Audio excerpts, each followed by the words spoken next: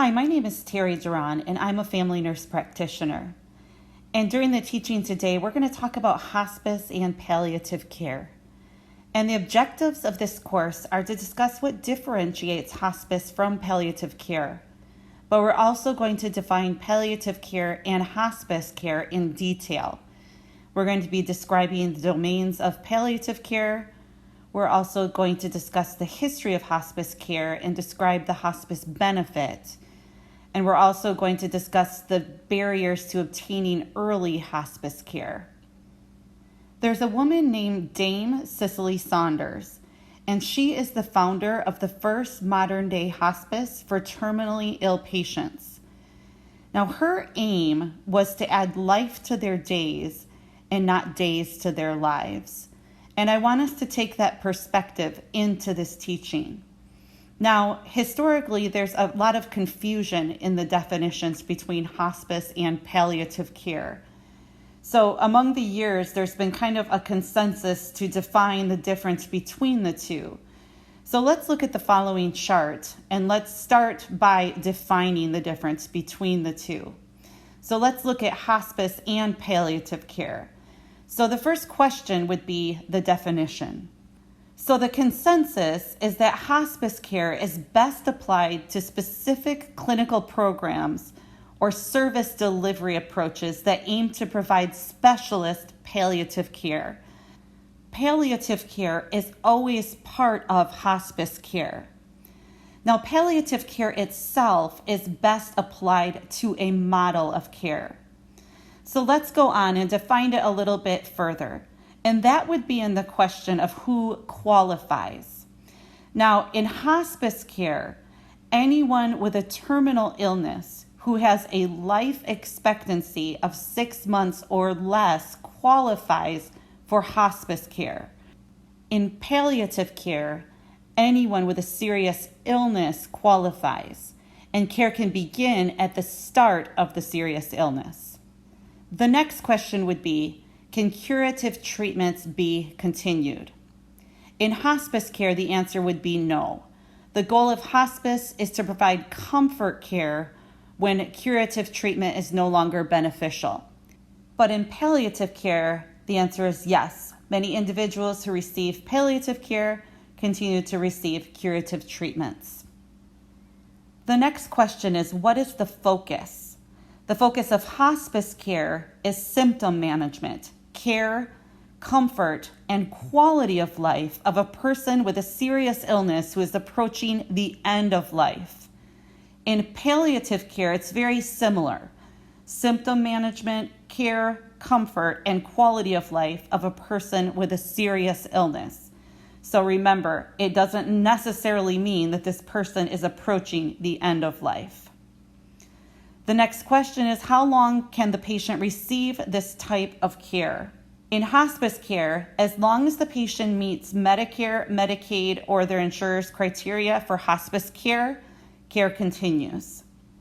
In palliative care, it really depends on the patient's need or if they eventually need to transfer into hospice. How is this type of care paid for? Well, in hospice, payment options include Medicare and Medicaid and most private insurance plans. In palliative care, payment options can include Medicare and Medicaid and most private insurance plans. And the last question is, in what settings is this type of care provided? And again, this is very similar. In hospice care, it can be in the home, an assisted living facility, in a nursing home, a hospital, and then you have the hospice facilities themselves. In palliative care, again, the home, an assisted living facility, a nursing home, or a hospital. Let's start with palliative care, and let's look at it more in detail. Palliative care is a therapeutic model, or we could say in its approach to care that is dedicated to relieving illness burden and suffering of patients and families living with serious chronic illness from the time of diagnosis forward. The U.S. actually is a leader in an international movement to provide access to specialist palliative care. We'll actually look at this a little bit later. But palliative care has a capacity to improve quality outcomes. It also reduces the costs associated with unnecessarily or undesirable care. It also is increasingly being viewed as a major component of healthcare reform because it targets the so-called triple aim, which means it improves patient experience, it improves care for a population, and it reduces cost. So palliative care actually has clinical practice guidelines. There is a national consensus project for quality palliative care, and they have identified 8 domains of palliative care in their clinical practice guidelines. So we are going to discuss those because these are national guidelines. Domain 1 has to do with the structures and processes of care. So when one goes into palliative care, it begins with a comprehensive assessment and a care plan. And this needs to be consistent with a patient's values and goals. So part of this is advanced care planning. So the patient and family treatment goals are clearly documented. The primary non-medical needs expressed more frequently include a need to express emotional pain, a need to explore spiritual pain, and a need for practical, financial, and legal help. Domain 2 is the physical aspects of care. So the assessment should focus on relieving symptoms, improving and maintaining quality of life and functional status. So symptoms may include pain, it can be shortness of breath, it can be nausea, fatigue, constipation. So care is delivered in a manner that is patient-centered as defined by the patient's wishes. Domain 3 is psychological and psychiatric aspects of care. So the psychological status needs to be assessed and managed. Watch for signs of family members struggling with psychological issues.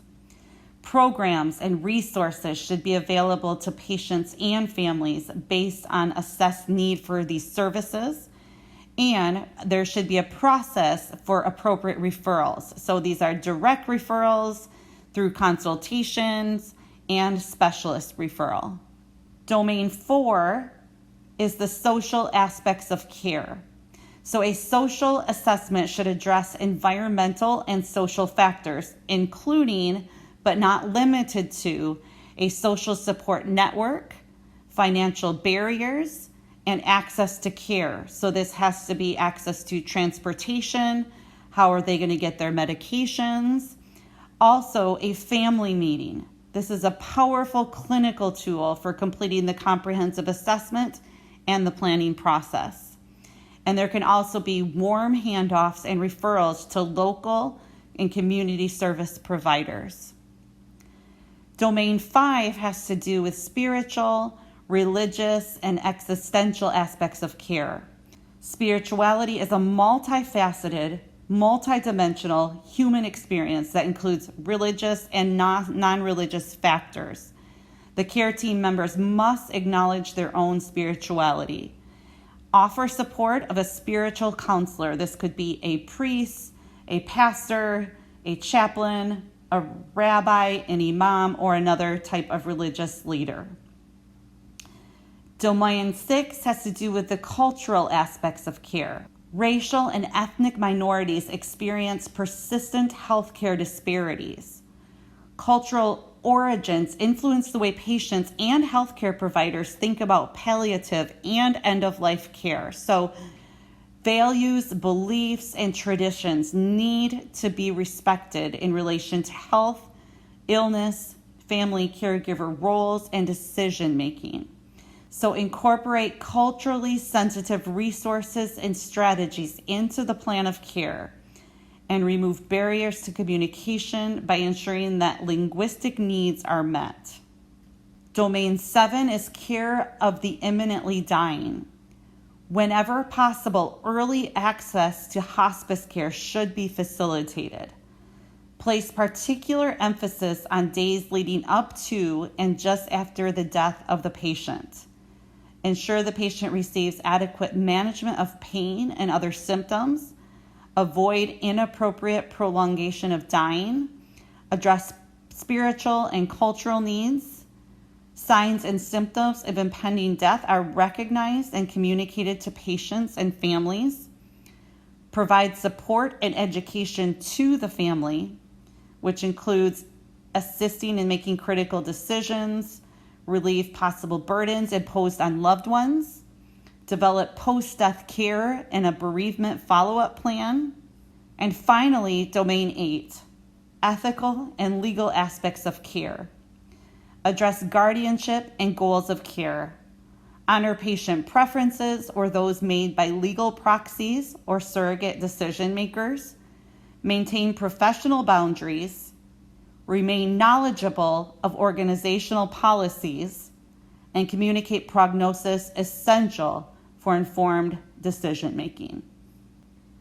The day-to-day work of palliative care is to provide interventions that are intended to address specific problems that may be identified using the 8 domains as a conceptual framework. So the key objectives to palliative care are to reduce distress from physical, psychosocial, or spiritual sources, to enhance patient and family self-efficacy, coping, adaptation, and cohesion, to ensure that disease-modifying and other therapies are offered only if they are medically appropriate, likely to yield benefits greater than adverse effects, and are consistent with the patient's or family's stated preferences and goals. The interventions are also intended to support informed medical decision-making, goal setting, advanced care planning consistent with the patient's capabilities, preferences, and culture. The interventions also coordinate the work of professional caregivers to reduce care fragmentation and ease care transitions. They also provide needed concrete services in the home. They support effective communication within the family and between the family and professional caregivers. They ensure that care is culturally sensitive, that it is ethical and legal. Also, when the prognosis is short, they provide care that prepares for the dying process. It also minimizes distress during active dying and offers support during the period after death. So really, who should provide palliative care? So in the U.S., 2 broad types of palliative care have been recognized. You have your generalist level or primary. All primary healthcare providers should at least know how to provide some level of palliative care. And it should be part of the best practices employed by all health professionals. This consists of interventions provided by clinicians with no specific identity as palliative care providers, but who have competencies in treatments that address some objectives of palliative care. Then kind of the second level is your specialist level palliative care that is provided by specialists with advanced training and skills. Now, it consists of interventions by clinicians who are identified as specialists, have specialist level competencies in treatments that address the objectives of palliative care, and contribute to a more comprehensive approach to illness burden. Now, these specialists work in an interdisciplinary team or provide access to others who can provide a team approach to complex care.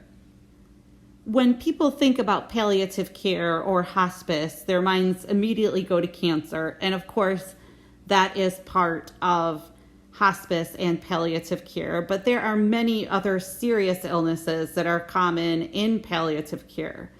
This includes advanced lung, heart, kidney, and liver disease. This could be AIDS. It is Alzheimer's disease and dementia. Things like cystic fibrosis, disabling stroke, neurological diseases such as Parkinson's disease or multiple sclerosis, and et cetera, et cetera.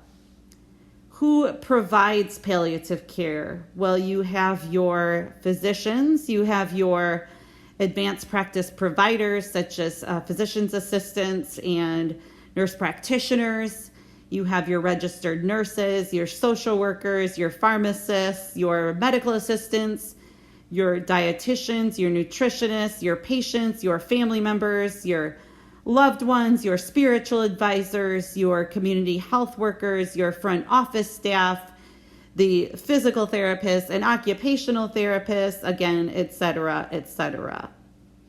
Now, the most important members of the care team, however, are the families, because they provide insights, the most important insights into the progression, improvement, and the quality of life of the patient.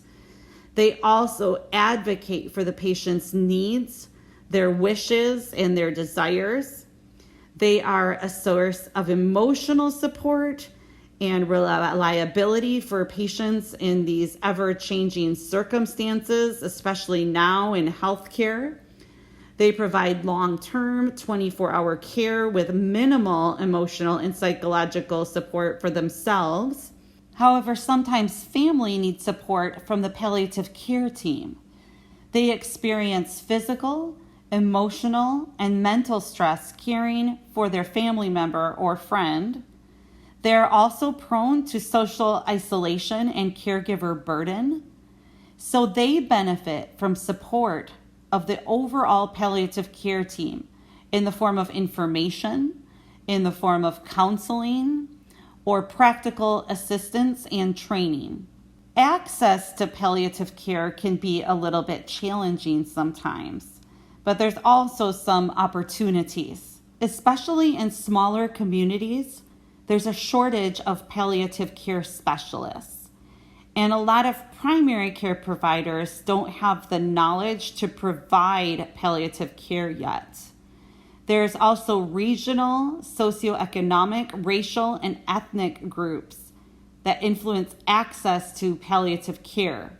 Primary care physicians and care team members may be reluctant to discuss palliative care with their patients because they're afraid they will lose hope. And many patients are simply unaware that palliative care services are available.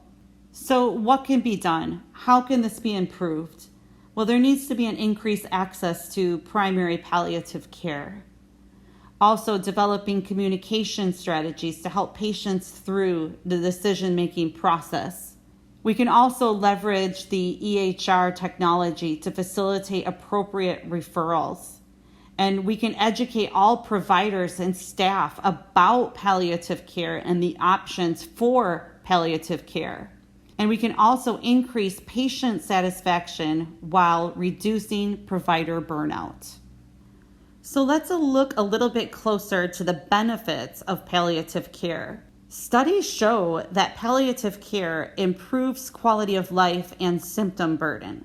So when we look at this slide, we can see that it reduces symptom distress by 66%, with improvements lasting months after an initial consultation. It also drives satisfaction and positive patient experience. So 93% of people who received palliative care are likely to recommend it to others. And not only that, it is cost effective. So palliative care reduces avoidable spending and utilization in all healthcare settings. This includes the hospital setting, this includes your emergency room setting, this includes your long-term care facility, and this includes receiving care at home. So as you can see, palliative care achieves a win-win healthcare scenario. And who cannot be with this? It is higher quality care at a lower cost. So I wanted to look at this practically and how it played out, but I didn't want to use cancer as an example, so I used Parkinson's disease. So I want to look at a one-year comparative study and investigated palliative care of patients with Parkinson's disease and its effect on the patient and their caregivers. And it compared standard care, which would just include a neurologist, and it included a primary care physician. So we look at the first slide, we can see Parkinson's disease, right? So the red part is the elderly and all of the different comorbid diseases that they can have. For example, they might have heart disease, they might be diabetic, and those are just all the other things that can come along with just being older. Then you have Parkinson's disease, and there's a lot of different issues that go on with somebody with Parkinson's disease that don't necessarily have to do with the tremors and shaking that we all equate it to. So they can have Parkinson's dementia, they can have problems with depression and anxiety because of the Parkinson's. They also can have problems because of the medications they're on. There can be a lot of pain and rigidity. There's a lot of fatigue. They can have a lot of problems with urinary incontinence. They can have a lot of problems with sleep disorders and problems with their gastrointestinal symptom, bowel and bladder dysfunction. So they can have a lot of non-motor symptoms. Again, not just because of the tremors and the shaking. They've got a lot of other issues. So when we think about palliative care for somebody with Parkinson's disease, we're treating all of those other symptoms along with their tremors. So let's look at what something might look like palliative care for somebody with Parkinson's disease. So Table 2 has a summary of key management strategies for common non-motor symptoms in the palliative stage of Parkinson's disease. So there's their pain management, and you can see there are an assessment, drug interventions, multidisciplinary therapy, and other approaches. And if you want, you can kind of read that over yourself. And then you've got the rigidity and different approaches to all of that. Then you have constipation and the approaches to that. You have urinary dysfunction and the approaches to that, and finally, their insomnia. So that is what palliative care would look like for somebody with Parkinson's disease. Now, when they did this, they looked at standard care. So the standard care option was provided by a neurologist and a primary care physician. The integrated palliative care option included the standard of care, but plus a chaplain, a social worker, and a nurse using a palliative care checklist, who could also access additional guidance from a palliative medicine specialist. Palliative care visits were performed either in person or by telemedicine every 3 months. So the results were, after comparing participants receiving palliative care with those who received the standard of care after 6 months, patients receiving palliative care had better quality of life, they had better symptom burden, they experienced less grief, they had better rates of completing their advanced directives. So this would be their end-of-life preferences or their living will and medical power of attorney. They had statistically and clinically significant benefits in motor symptoms. Now, when we looked at their caregivers, palliative care caregivers experienced less anxiety, but there were no other significant differences in caregiver burden. So this kind of shows in a study the benefit of palliative care for patients with Parkinson's disease. So as we go on in palliative care, at some point, it may not be possible to cure a serious illness, or a patient may choose not to undergo certain treatments. And hospice is designed for this situation. So when should one transfer to hospice care? The patient beginning hospice care understands that his or her illness is not responding to medical attempts to cure it or to slow the disease's process. So end-of-life care is just a part of palliative care, but one that is often best addressed by specialists who usually work for hospice agencies or in palliative care consultation programs. In the U.S., hospice is a health system, supported by government insurance, which provides palliative care at home for those who may have advanced illness. It is not a place or a philosophy, but rather a benefit that may provide specialist level palliative care when prognosis is limited. Which brings us to the history of modern hospice. The word hospice is derived from the Latin words for host and guest. The original construct was to provide a place of care for the dying, and this dates back to ancient times. The first organized hospices that we have record of were organized by religious orders in Europe in the 1800s. But as medical technology developed into the 1930s and 40s and 50s, most people died in hospitals. Physical pain and other symptoms associated with terminal illness was not a target of treatment as individuals' lives were now prolonged. Dr. Dame Cecily Saunders founded St. Christopher's Hospice in London in the 1960s in an effort to discover practical solutions to alleviating human suffering. In 1963, she introduced the idea of specialized care for the dying in the U.S. during a 1963 visit with Yale University. Her lecture given to medical students, nurses, and social workers and chaplains about the concept of holistic hospice care included photos of terminally ill cancer patients and their families, showing the dramatic differences before and after the symptom-controlled care. In 1965, Florence Walk, then Dean of Yale School of Nursing, invited Saunders to become a visiting faculty member for the school for the spring term, and this set off a chain of events which resulted in the development of hospice care as we know it today. So what is hospice now in the U.S.? In the U.S., hospice is a healthcare system established by the government about 30 years ago as an entitlement under Medicare and Medicaid. Structured as the first managed care benefit in this country, the aim of this health system is to provide specialist-level palliative care primarily at home or in nursing homes to patients with far advanced illness and their families. Hospice care is focused on quality of life for people with a serious medical condition that is not likely to be cured or is getting worse. Hospice is focused on keeping someone comfortable and pain-free without pursuing other treatments meant to cure or improve the illness. The federal definition of hospice care is the following. Hospice care is intended to meet the physical, emotional, and spiritual needs of patients and their families facing life-ending illnesses.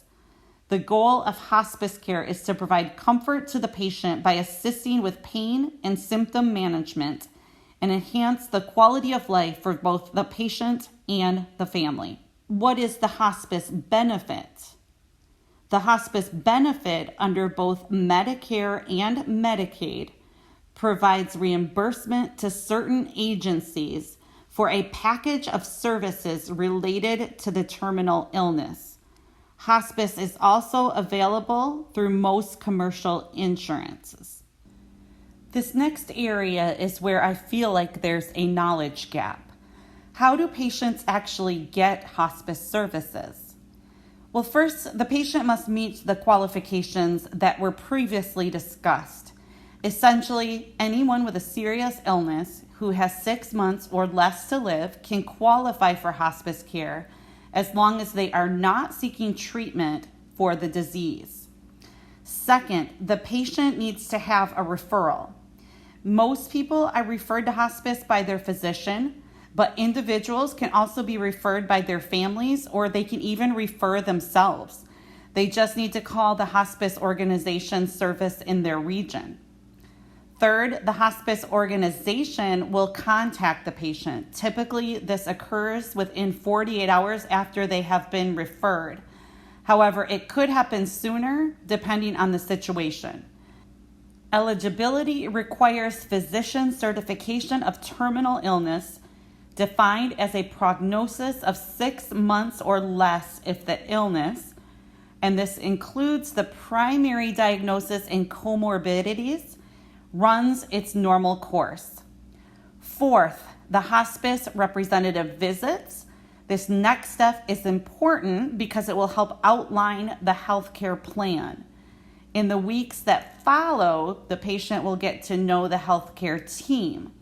This includes healthcare providers, nurses, nursing assistants, trained volunteers, social workers, clergy, etc. So if we look at the hospice care team, we have a circle here. This would be the patient in the middle. Then you have the family and caregivers and all of the team that surrounds them. This can include the medical director, the attending physician, and other healthcare providers. So this could be an advanced care provider such as a physician's assistant or a nurse practitioner, the nurses, social worker, chaplain, nursing assistants, all of the different types of therapies, the volunteers, the extended hours staff, the grief counselor, the team managers, etc. What other services does hospice provide? So the following services are provided at no cost to the patient or family. This includes the access to an interdisciplinary team for management of all problems related to the terminal illness. It includes access to drugs, supplies, equipment, anything related to the terminal illness. It includes access to other services, including volunteer support and home health aides. This also includes bereavement services for the family after the death of the patient. In the hospital, hospice patients have access to additional nursing, social worker, and chaplain services, and the support of a hospice medical director. If the person is a resident of a nursing facility, Medicare only pays for hospice services. It does not pay for room and board. So what role does the physician or the healthcare provider play in hospice? Now, each hospice has an assigned hospice medical director. After a physician or a healthcare provider refers a patient to hospice and certifies the terminal illness, he or she may or may not remain the attending. In this role, the physician agrees to assume primary management of the terminal illness in collaboration with the hospice medical director. Any physician, including the physician who referred the patient to hospice, can be a consultant as long as the services provided are part of the hospice plan of care. According to the Medicare statute, the content of the certification must specify that the individual's prognosis is for a life expectancy of 6 months or less if the terminal illness runs its normal course. Other than the certification, Medicare requires nothing else for a determination of hospice eligibility. The 6-month life expectancy certification is based on the physician's best clinical judgment. The physician will not be penalized if the patient lives beyond a good faith 6-month clinical prognosis. If the patient survives beyond 6 months, the benefit may continue indefinitely as long as there continues to be reasoned clinical judgment sustaining a prognosis of 6 months or less. Now, contrary to popular belief, the hospice does not require that the patient have a do not resuscitate order. It also does not discontinue interventions such as tube feedings, transfusions, or palliative radiation or chemotherapy in order to qualify for hospice, though individual hospice providers may have more restrictive policies. And now comes to the big question. Why do people wait too long to seek hospice care or never even receive it? Even though this data is from 2016, it does not change much from year to year. So 48% of eligible patients received at least 1 day of hospice benefit in 2016. And although most people prefer to die at home, more than half of patients who are eligible for hospice care do not receive it. So the big question is, why? The hospice benefit was created for people with a life expectancy of 6 months or less, yet patients are eligible for months of hospice care, but only receive care for a few days or even a few weeks before they pass away. In fact, nearly 1/3 of Medicare patients who received hospice only received it for 7 days or less. One of the most common statements hospice providers hear from families is, "I wish we had chosen hospice sooner." Hospice care costs are 100% covered by Medicare for eligible patients. This includes hospice services, medications, medical supplies, and equipment related to the terminal illness, and there is no deductible. So cost is not even an issue. And it helps.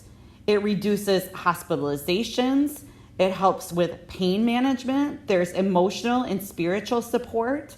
There's higher patient and family satisfaction. There is achievement of goals and dreams, and there's even increased life expectancy. So we're going to talk about some of the myths that may address some of the barriers as to why hospice care is not sought out earlier. One of the myths is that the purpose of hospice is solely to provide for a good death. But the fact is that hospice is a program that provides specialist level palliative care in the home for eligible patients. Its goal is to reduce illness burden and suffering for the patient and family. Relief of the suffering associated with the imminent death of the patient is a goal, but the program can provide much more if referral is early enough in the course of the illness. Another myth is that the patient who is thought to be hospice eligible should be told that the program is for end-of-life care or care for the dying, because this is the honest approach. But the fact is that the patient should be told that hospice is a program that provides helpful services at home at no cost to the patient or family. Thinking that hospice is only about dying is a misconception. Although eligibility does require the physician to certify that the patient is terminally ill, prognosis is difficult to determine, and patients may continue to get this benefit indefinitely as long as the physician can continue to certify eligibility. Another myth is that the patient and the family aren't ready to hear about hospice. They haven't acknowledged that the patient is dying. Now, the fact is, eligibility does not require this. The patient or surrogate only must acknowledge that the disease is terminal and that the benefit can continue only if a physician certifies that the prognosis continues to be limited. Another myth is that hospice isn't appropriate because the patient still wants active treatment for the disease or life-sustaining treatment, or the physician still wants to offer this. The fact is that disease-modifying therapies are permitted under hospice, but only if they do not change prognosis enough to negate eligibility, and only if the hospice considers them within the scope of practice. When patients are eligible but receiving disease-modifying therapies, the case should be discussed with the hospice medical director, or a request should be made for a pre-election consultation by the hospice. Again, another myth is that the patient needs a do not resuscitate order or a 24-hour responsible caregiver to be eligible. The fact is, neither a DNR order nor a caregiver is required. Another myth is that there's no point to hospice because the patient is imminently dying or they're already in a coma. The fact is that it may be true that the patient cannot benefit from hospice services, but the family is eligible for 13 months of bereavement support at no cost. This support is denied the family unless there is a hospice referral. So with all of this in mind, how can we as healthcare workers or medical personnel help facilitate hospice care for patients? The first thing we could probably do is recommend that people look at the Hospice Foundation of America. They have some great resources on their website, and they also have some great recommendations. and this is where I'm getting a lot of this information from. They recommend at least starting the conversation. And there are many ways to start the conversation about end-of-life preferences. The Hospice Foundation of America recommends that patients watch the PBS Frontline documentary called Being Mortal with Loved Ones. And I do highly recommend this documentary. It is excellent. It shows different patients and families and how they approach terminal illnesses, how they face it. But it also shows how we in the medical field approach death also, and how we can sometimes give false hope to people instead of offering services that could have made their remaining days more comfortable and meaningful with their families. So I highly recommend we recommend this documentary to patients and their families when they're dealing with a terminal illness. They also recommend the Hello game, and that is available from Common Practice. That can provide a way to easily discuss issues that are difficult to bring up. Another excellent resource is called 5 Wishes. This is an advanced directive document, and when this is completed with a loved one, this can lead to conversations about care preferences. The hospital system in our area uses this as their advanced directive with patients. There is also a starter kit. This offers different tools and tips, and this can be found at conversationproject.org. So these are all recommended by the Hospice Foundation of America. They also recommend that we clearly explain the options. So option 1 would be continued efforts to cure. Some people don't want to stop attempts to cure or treat an illness or condition until death occurs. So even though there is a chance that these attempts may become emotionally or even financially stressful, and maybe become physically intolerable. At some point in the course of an illness, curative treatments may need to come to a halt because the person cannot physically withstand the treatment. For example, additional surgery or chemotherapy. The second option is to receive palliative care alongside the curative care. This may be a good option for individuals with an uncertain prognosis or those who are not ready or willing to stop curative efforts. And the third option is to choose hospice care. This would be opting for comfort measures that support both the patient and the family. With hospice, curative attempts are replaced by palliative care to eliminate or greatly reduce pain and symptoms associated with the illness. So let's look at a hospice example. And instead of using cancer, we're going to use dementia.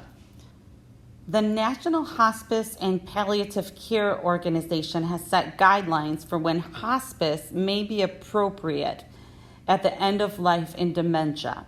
And this is accepted for the Medicare hospice benefit eligibility criteria. The main assessment tool that is used is called the Reisberg Functional Assessment Staging, or FAST scale. And this has been used for many years to assess Medicare beneficiaries with dementia to determine a prognosis of 6 months or less. The FAST scale is a 16-item scale designed to parallel the progressive activity limitations. Patients will be considered to be in the terminal stage of dementia, so this means a life expectancy of 6 months or less, if they meet the following criteria. So the medical record of the patients with dementia should show all of the following characteristics. So they should have a FAST scale stage 7A. They should be unable to ambulate without assistance, unable to dress without assistance, unable to bathe without assistance, and have urinary or fecal incontinence that is intermittent or constant, and have no meaningful verbal communication, which means stereotypical phrases only, or their speech is limited to 6 or fewer intelligible words. They also must have had one of the following within the past 12 months. So aspiration pneumonia, pyelonephritis, which is a kidney infection, septicemia, multiple decubitus ulcers, which have gotten to stage 3 or 4, recurrent fevers even after antibiotics, or a 10% weight loss during the previous 6 months, or a serum albumin of less than 2.5. After admission to hospice, the care is much the same, especially if it's in the home. Now, the difference with dementia patients is that often they're already being taken care of in a long-term care facility. So a hospice might already have contracts with some nursing homes in their vicinity to provide hospice care for the patients in the nursing home already. So this does look a little bit different than in the home. So in a long-term care facility, hospice helps the patients and the families and the nursing home staff by providing regular visits by a hospice nurse to the nursing homes. They also provide consultations by a specialized hospice physician as needed. They provide management of pain and other symptoms such as problems breathing or swallowing.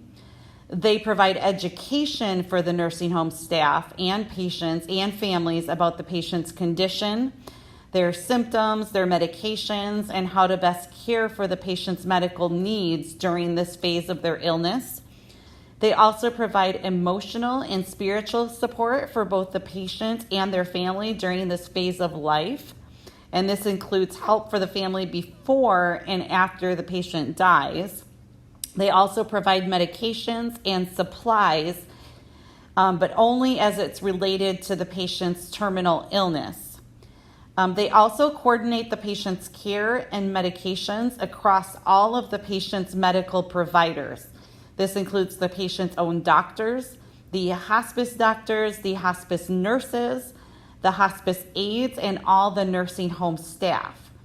What the nursing home is responsible is for communicating and coordinating the patient's care with the hospice, for monitoring the patient's condition and reporting any changes to hospice, the routine daily care for the patient at the nursing home, the normally scheduled medical care and the examinations by the attending physician and the medical director, for providing medications and supplies for care not related to the patient's terminal illness.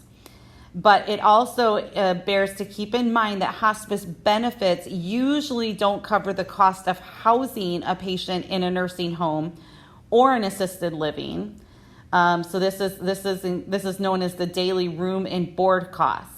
However, these costs may be covered by the traditional Medicare benefits or other benefits that the patient may have.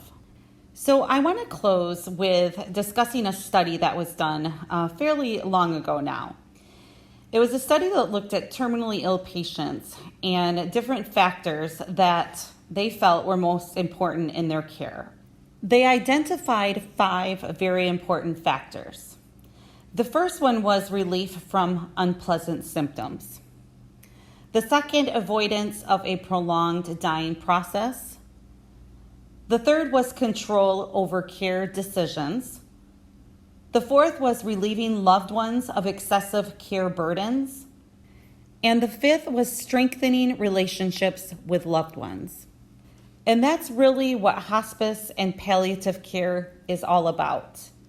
It's all about ensuring that this transition from life to death occurs peacefully and without discomfort or loss of dignity.